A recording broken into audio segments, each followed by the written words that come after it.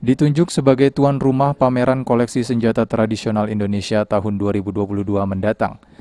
Kepala Museum Negeri Provinsi Sumatera Selatan Chandra Apreyadi mengatakan, jika hal tersebut benar dan pameran tersebut akan dilaksanakan di sekitaran bulan Juli atau Agustus 2022 mendatang, serta diikuti oleh 34 museum negeri di Indonesia.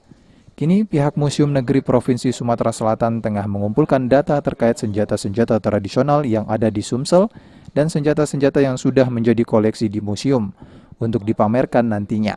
Karena jenis senjata tradisional di Sumsel memiliki variasi jenis yang cukup banyak. Seperti di Lahat ada kuduk, Pagar Alam ada siwar, Sekayu ada mandau, dan Palembang yang memiliki pedang.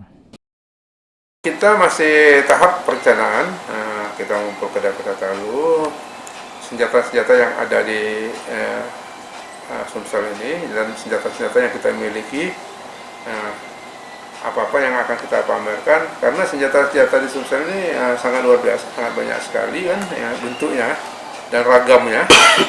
Itu senjata-senjata tradisional, umpamanya di Lahat itu ada kuduk, di Pagar Alam ada siwar, di Sekayu ada mandau kan, terus Palembang dan pedang Palembang.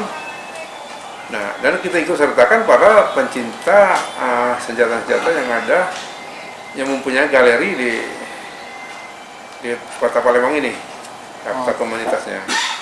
Selain mendata, perawatan koleksi museum menjelang pameran perlu dilakukan. Untuk itu, perawatan koleksi secara berkala yakni 2 hari sekali dilakukan oleh petugas khusus karena menggunakan bahan-bahan khusus baik alami ataupun kimia dan perlu kehati-hatian karena koleksi museum yang cenderung rapuh.